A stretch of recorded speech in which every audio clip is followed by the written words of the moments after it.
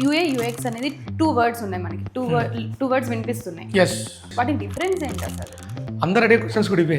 Sir UI UX course అంటే UI వేరా sir, UX వేరే కోర్సా? దీనికి నేనేం చెప్తున్నానంటే, మనకి ఇప్పుడు ప్రైవేట్ వెబ్సైట్స్ ఉంటాయి, గవర్నమెంట్ వెబ్సైట్స్ ఉన్నాయి. ఎస్, ప్రైవేట్ వాళ్ళ ఇంటర్ఫేస్ ఎందుకు అంత నీట్గా ఉంటుంది, మనం అదే గవర్నమెంట్ వెబ్సైట్స్ ఎందుకు మనకి ఆ యూజర్ ఇంటర్ఫేస్ అనేది కొంచెం ఇరిటేట్ చేస్తూ ఉంటుంది? ఇప్పుడు మళ్ళీ ఈ విషయం ఏమైతే కొంచెం కాంట్రవర్సీ అయ్యే ఛాన్స్ ఉంటుంది, బట్ దీన్ని ఎవరు తీసుకోవద్దు. బికాస్ ఎందుకంటే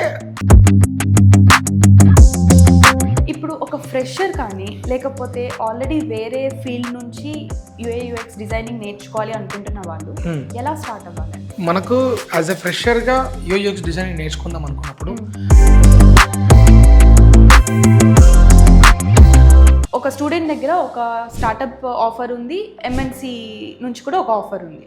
సో ఏది చూస్ చేసుకోవాలి? మీకు స్కిల్ నేర్చుకోవాలని ఉందా, రైట్?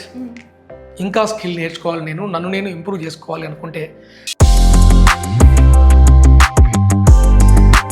గ్రాఫిక్ డిజైనర్కి అండ్ యూఐ యూఎక్స్ డిజైనర్కి, రైట్, వీళ్ళిద్దరు ఐటీయేనా?